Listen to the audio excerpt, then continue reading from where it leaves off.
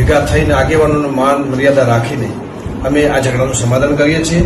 જય સીતરામાં, જય દીપામાં, મારા વાલા ચોખ્ખો મિત્રો, અને આનો ખોટો કોઈ ઇસ્યુ કરવો નહીં અને આગળ કોઈને મેસેજ ફોરવર્ડ કરવો નહીં। સોરી, જય માતાજી, જય દીપા। તો નમસ્કાર મિત્રો, કેમ છો યાર? વિડીયોમાં તમારું હાર્દિક સ્વાગત છે। તો મિત્રો, તમને ખબર છે કે ગમન સાંતલનો જે વિવાદ ચાલ્યો હતો એ ભાઈ ભયાનક વિવાદ હતો, અને ત્યારબાદ જેને ભાઈ આ વિવાદ સર્જાયો હતો એ ભાઈ પણ હવે સામે આવી ગયા છે ને ગમન સાંતલે જુઓ ભાઈ આ ભાઈને ખુલ્લેઆમ જે કર્યું છે ને જોઈને તમે પણ ધ્રુજી જવાનો છો સાહેબ। આ છે આપણા ગમન સાંતલ। કેમ કે તમને ખબર છે કે ગમન સાંતલના કેટલા બધા ફેન છે ભાઈ।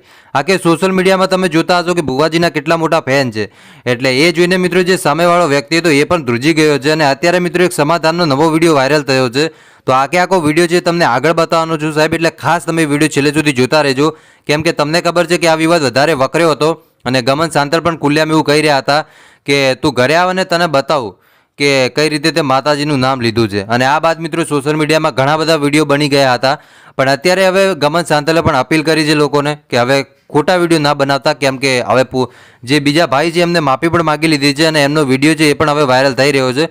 તો ચાલો મારા ભાઈઓ તમને આગળ વિડીયો બતાવજો અને આ વિડીયો જોઈ લો ને। હા, આ પાવર છે મિત્રો આપણા ગમન સાંતલનો। ઘણા લોકો એમ પણ કહેતા હતા કે ગમન સાંતલ અભિમાની છે, ઘમંડી છે, તો ભાઈ એવું બિલકુલ છે નહીં। ગમન સાંતલ છે એ વ્યક્તિ છે સાહેબ કે બીજાને હસાવી નાખતા હોય છે, બીજાના દુઃખ દૂર કરતા હોય છે। એટલે મિત્રો ખોટી કમેન્ટ ના કરવી જોઈએ ભુવાજી વિશે, બાકી એક જણાની કમેન્ટથી કોઈ ફેર નથી પડતો।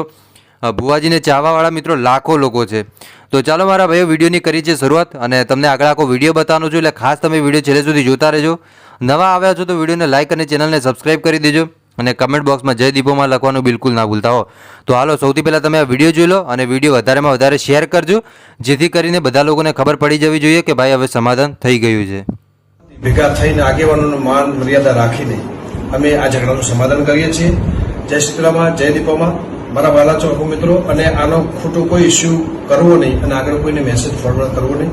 સોરી, જય માતાજી, જય દીપા।